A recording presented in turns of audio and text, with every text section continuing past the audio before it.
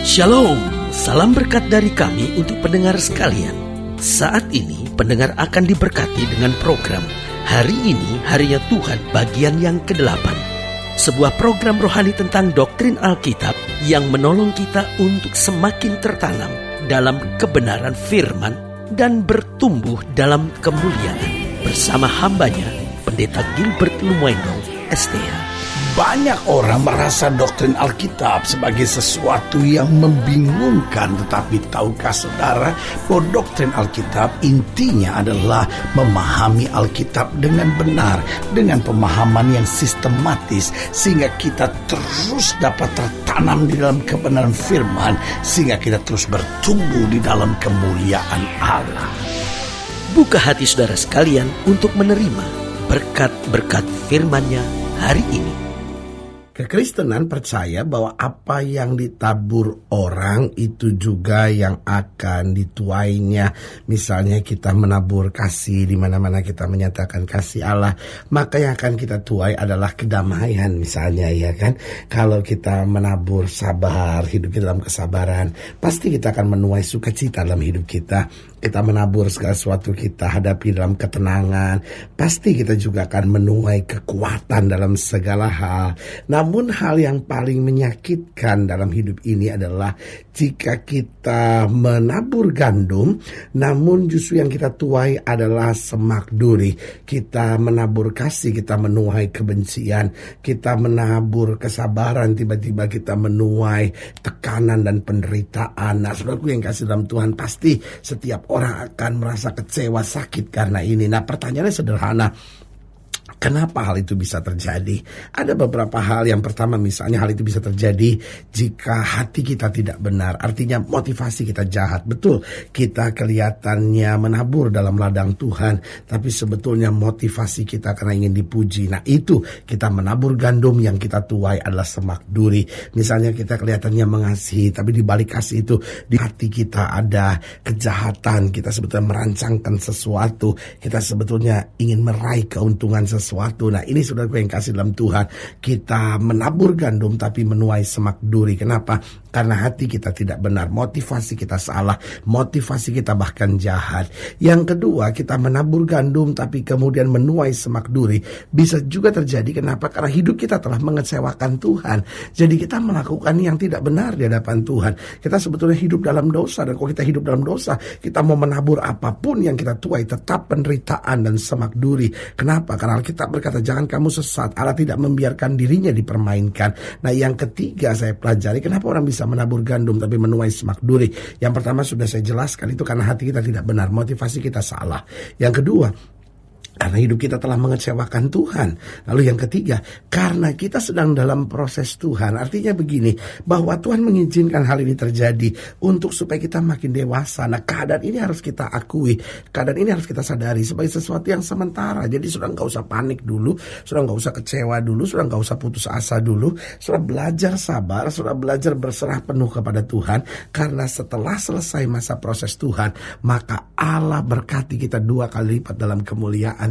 Haleluya. Selamat datang dalam program kita hari ini, Harinya Tuhan. Sebuah program rohani yang kembali mengingatkan kepada kita betapa pentingnya kita menjadikan firman Tuhan sebagai dasar keseharian hidup kita. Karena selama kita jadikan firman Tuhan sebagai dasar keseharian hidup kita, langkah-langkah ke depan kita penuh dengan kepastian, kemenangan, berkat, mujizat, dan perkara-perkara besar. Haleluya.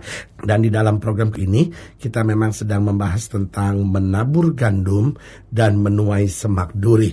Inilah sesuatu yang paling menyakitkan dalam hidup orang, karena orang ingin bahkan menabur semak duri tapi yang dia tuai gandum, ya kan? Artinya dia tetap mau hidup seenaknya, tetapi dia mau dapat berkat yang spesial. Tetapi Tuhan ajarkan buat kita sederhana, apa yang kita tabur itu akan kita tuai. Nah, hari ini itu akan kita pelajari sama-sama. Kita mau lihat dari Yeremia pasal 12. Yeremia pasal 12 ayat yang ke-7 sampai ayat yang ke-13. Yeremia 12 ayat 7 sampai 13, demikian firman Tuhan. Yeremia 12 ayat 7 sampai ayat yang ke-13. Aku telah meninggalkan kediamanku, telah membuangkan negeri milikku. Aku telah menyerahkan buah hatiku ke dalam tangan musuhnya. Negeri milikku sudah menjadi seperti singa di hutan bagiku. Ia mengeraskan suaranya menentang aku, sebab itu aku membencinya. Negeri milikku sudah menjadi seperti burung belang bagiku. Burung-burung buas mengerumuninya. Ayo, kumpulkanlah segala binatang di padang, bawalah untuk menghabiskannya. Banyak gembala telah merusakkan kebun anggurku, memijak-mijak tanahku, dan membuat tanah kedambaanku menjadi padang gurun yang sunyi sepi. Ya, mereka telah membuatnya sunyi sepi tanah itu berkabung di hadapanku. Sunyi sepi sekarang segenap negeri itu, tetapi tidak ada orang yang memperhatikannya. Para pembinasa telah datang, melintasi segala bukit gundul di padang gurun, sebab pedang Tuhan mengamuk, makan dari ujung negeri yang satu ke ujung yang lain. Tidak ada damai bagi segala yang hidup. Ayat 13, perhatikan baik. Mereka telah menabur gandum, tetapi yang dituai adalah semak duri. Saya ulangi sekali lagi. Mereka telah menabur gandum, tapi yang dituai adalah semak duri. Mereka telah bersusah payah, tapi usaha mereka tidak berguna. Mereka malu karena hasil yang diperoleh mereka akibat dari murka Tuhan yang menyala-nyala. Lihat saudaraku yang kasih dalam Tuhan, mereka menabur gandum, tapi yang dituai adalah semak duri. Kenapa? Karena Tuhan melihat motivasi mereka tidak benar. Tuhan melihat bahwa hidup mereka jahat di hadapan Tuhan. Alkitab berkata, negeri milikku telah diinjak-injak seenaknya. Bahkan Alkitab berkata, negeri milikku sudah dirusakkan sehingga telah menjadi padang gurun yang sunyi. Nah, saudaraku yang kasih dalam Tuhan, itu sebabnya kita perlu mengerti betul apa komponen-komponen dasar yang penting ketika seorang menabur itu. Yang pertama, ketika kita menabur dalam perbuatan kita, dalam pelayanan kita, dalam kehidupan keseharian kita, maka kita harus memiliki hati yang bersih. Saudaraku yang kasih dalam Tuhan, engkau membangun keluarga, engkau harus punya hati yang bersih. Bukan hanya hati yang mencari untung. Loh, saya menikah supaya bahagia. Itu keliru. Kalau kita menikah supaya bahagia, berarti kita sedang memanfaatkan pasangan kita untuk kita mendapatkan keuntungan bagi diri kita sendiri. Tetapi membangun rumah tangga, hati kita harus bersih. Saya harus membahagiakan pasangan saya. Saudaraku yang kasih dalam Tuhan, mereka yang punya anak harus punya pandangan yang sama. Saya punya anak supaya anak-anak saya bahagia. Ada banyak orang yang berpikir saya punya anak supaya saya bahagia, sehingga ketika anaknya mengecewakan dia mulai marah, tersinggung, kecewa, sampai berkata, kalau papa tahu punya anak seperti kamu, lebih baik papa gak punya anak. Kalau mama tahu punya anak seperti kamu, lebih baik mama gak punya anak. Saudaraku yang kasih dalam Tuhan, anak dilahirkan lucu, anak dilahirkan indah, anak dilahirkan sangat membahagiakan. Kemudian setelah anak itu lahir, kita yang membentuk anak itu, kita yang membangun karakternya, kita yang menjadikan dia sebagaimana dia nanti adanya. Saudaraku yang kasih dalam Tuhan, kalau saja kita punya hati yang bersih, saya mau membuat anak-anak saya bahagia, saya mau membuat anak-anak saya benar, saya mau meluangkan waktu, saya mau mengerti mendidik anak dengan baik. Hati kita harus bersih. Saudaraku yang kasih dalam Tuhan, apapun yang kita kerjakan, kita menolong orang, jangan untuk keuntungan kita sendiri, jangan supaya satu saat dia pun berutang sama saya. Tidak, hati kita harus bersih. Apapun yang kita kerjakan, kita gak peduli tahu orang mau buat apapun. Yang penting saya buat ini karena Kristus telah melakukan segala yang terbaik buat hidup saya. Jadi saudaraku yang kasih dalam Tuhan, yang pertama, apapun yang kita kerjakan, kalau kita menabur, baiklah kita menabur dengan hati yang bersih. Yang kedua, kita harus selalu menjalaninya dalam ketekunan dan kesetiaan. Apapun yang kita kerjakan, kita menabur harus dengan ketekunan dan kesetiaan.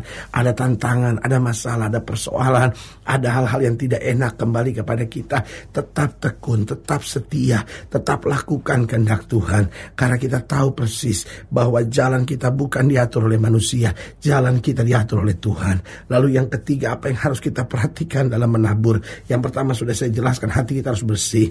Yang kedua, kita harus selalu menjalani dalam ketekunan dan kesetiaan serta kesabaran. Artinya ada tantangan apapun, jangan cepat menyerah, jangan cepat kecewa, jangan cepat putus asa. Tapi ingat, ada Tuhan yang membuat segala sesuatunya menjadi indah. Lalu yang ketiga, kita harus selalu mengerjakan yang terbaik dengan tetap bersuka cita. Saudaraku, dalam hidup ini apapun yang kita kerjakan, saudara-saudara yang sedang membangun karir, saudara-saudara yang berusaha, saudara-saudara yang sedang menjalani kehidupan ini dengan penuh tantangan, ayo apapun yang sedang kau kerjakan, lakukan segala sesuatunya dengan yang terbaik. Karena selalu saya katakan, kalau kita nggak mengerjakan yang terbaik dalam hidup ini, kita berdosa. Kenapa? Karena Tuhan selalu memberi yang terbaik buat kita. Dari pihak Tuhan, Allah selalu telah menyediakan potensi untuk kita mengerjakan segala yang terbaik. Tetapi kalau kita kerjakan dengan setengah-setengah, kita bersalah. Karena itu saudaraku, apapun yang kita kerjakan, mari kita kerjakan yang terbaik. Alkitab berkata, apapun yang kamu kerjakan, lakukanlah seperti engkau mengerjakannya bagi Tuhan. Karena itu, apapun yang kita kerjakan, harus kita kerjakan yang terbaik. Dan tetap bersuka cita. Karena dengan bersuka cita, ada kekuatan baru untuk kita menghadapi segalanya. Dan yang keempat, yang terakhir, apa yang harus kita perhatikan dalam menabur? Yang pertama sudah saya jelaskan, kita harus selalu memiliki hati yang bersih. Yang kedua, kita harus selalu menjalin di dalam ketekunan, kesetiaan, dan kesabaran. Yang ketiga, kita harus selalu mengerjakan yang terbaik dengan tetap bersuka cita. Dan yang keempat, kita harus selalu taat dan dengar-dengaran. Karena seringkali kita mengerjakan yang baik, tapi bukan apa yang Tuhan suruh buat kita. Kadang-kadang kita mengerjakan sesuatu yang luar biasa, tetapi tidak dalam ketaatan dan dengar-dengaran. Saudaraku yang kasih dalam Tuhan, itu yang terjadi dengan Yunus. Tuhan suruh Yunus untuk pergi ke Nineve, tapi dia memilih untuk pergi ke Tarsis. Dia tetap mengerjakan sesuatu, tapi sesuatu yang bukan Tuhan suruh. Apa yang terjadi? Dia menghadapi masalah, dia menghadapi persoalan.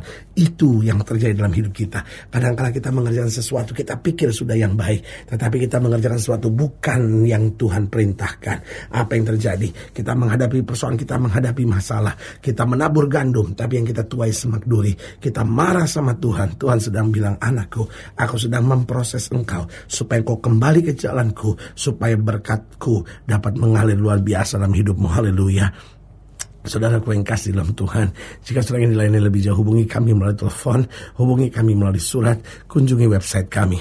Karena kami ada untuk membawa Bapak Ibu Saudara senantiasa lebih dekat pada Tuhan dan mengalami kasih kuasa mujizat yang luar biasa. Haleluya. Secara khusus melalui program ini juga saya mau berdoa buat setiap saudara yang sakit, setiap saudara yang berbeban berat. Karena saya percaya bahwa bagi Allah tidak ada perkara yang mustahil. Dan saudara-saudara yang didoakan secara khusus, boleh taruh tangan kanan saudara di dada, dan kita akan berdoa. Mari kita berdoa. Bapa, dalam nama Yesus, hamba doa buat yang sakit, hamba doa buat yang berbeban berat, hamba doa untuk setiap mereka yang sedang menghadapi masa-masa yang sukar, atau bahkan mereka yang sedang taruh tangan kanannya di dada karena kecewa, karena butuh mujizat, karena mungkin selama ini mereka menabur gandum tapi yang mereka tuai adalah semak duri. Bapa, hamba berdoa di dalam nama Yesus, sehingga mulai hari dan selanjutnya kami memiliki hati yang bersih. Kami selalu menjalani segala sesuatu dalam hidup kami dalam ketekunan, kesetiaan, dan kesabaran.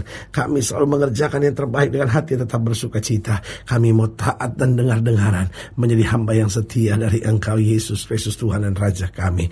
Di dalam nama Yesus kami berdoa. Haleluya. Amin. Saudaraku yang kasih dalam Tuhan, kita sudah berdoa. Ingat, Allah tidak pernah lalai menepati janjinya. Inilah saatnya buat kita untuk bangkit, bersemangat, bersuka cita dalam menghadapi segala perkara. Karena kita tahu Yesuslah kekuatan kita, Yesuslah sumber penghiburan kita. Dan di dalam Yesus, kita lebih daripada orang-orang yang menang. Haleluya. Doa saya menyertai saudara. Sampai berjumpa pada program berikut. Dan jangan lupa, jadikan hari ini harinya Tuhan. Haleluya.